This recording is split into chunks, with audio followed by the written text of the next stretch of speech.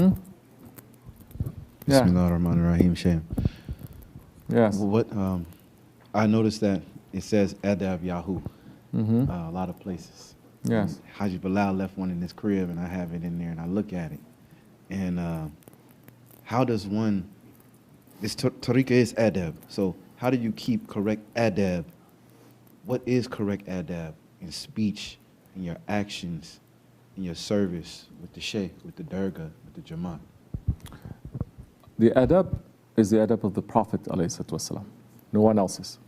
The manners, the politeness, the manners, the proper way, the proper protocol is according to the sunnah of the Rasulullah ﷺ.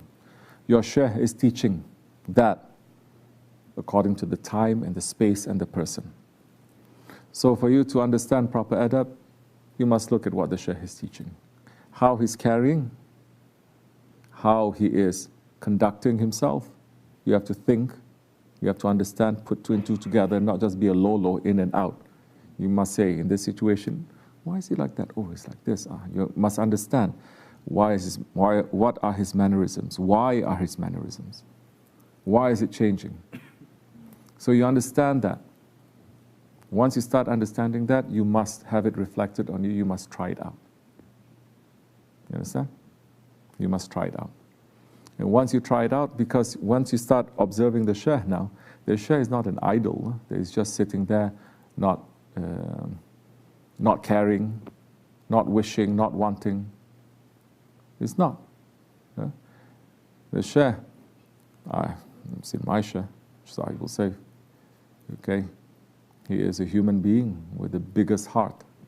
And I see him in so many different kinds of situations, so many different kinds of people, and observing that, and what he can put into my heart, then within that short space of time even, you learn so many things. Because you are thinking, because you have tafakkur. This tariqat is about that. That's why the sohbat is there, for you to think and consider and to put two and two together. Otherwise you can just make you go home and recite things. Or just singing. Right?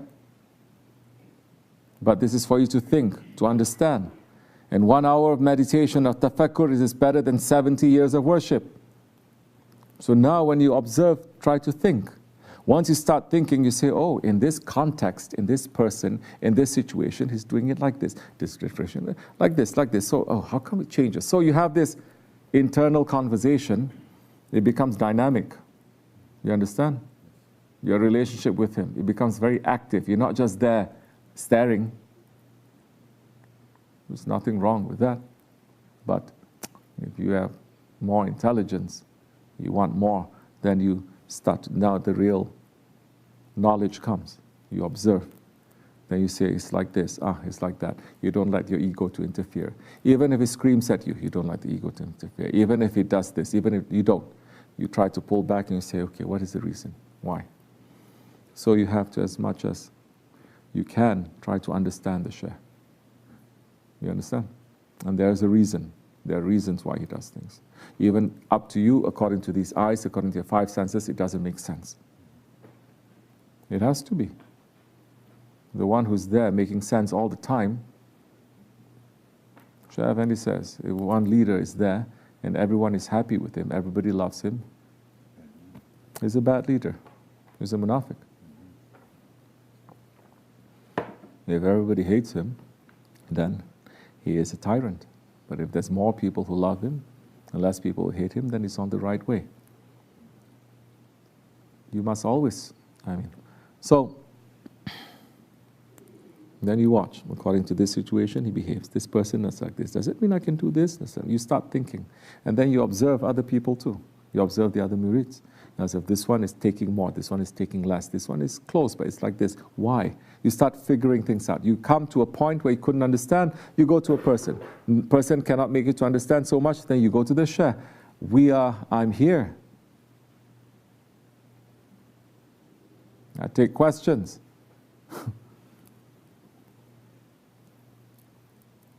Questions that make sense. If I don't like the questions, I'll shoot it down. But I think that's my prerogative as a teacher. You understand? especially with people that I always say you should be at that level already. Yeah? Don't slip a little bit. Then we are going to say, I could sit here and I could smile at you too. Okay? And keep it, and then 6 months down the road, I'll blast you and you don't know where it's coming from. You want to do that? I can do that too. Chef, and he did that a lot. And then you really have to crank up everything. Huh? You have to stop your machinery and take everything apart. What happened? I thought I was doing so well. That's difficult. I'm not saying I'm the easiest, I'm not saying I'm the smartest, I'm not saying, but this is what He has trained me to do, and this is what I've been doing. And at the end of the day, He asks, I have to give an answer. And before I do, I have my answers. This is how careful I am with this. So, that's how it is. You understand? You want to ask inside your heart, and ask actively and look as if looking for the answer. Don't just ask and not look for the answer, and rejecting every answer. You understand what I mean? Some people, they look for but the answer comes, they reject. The answer comes, they reject. Like this. No. You hear what you already decide what the answer is. You're only fooling yourself. You're not open enough to understand there are different kinds of answers. Inshallah.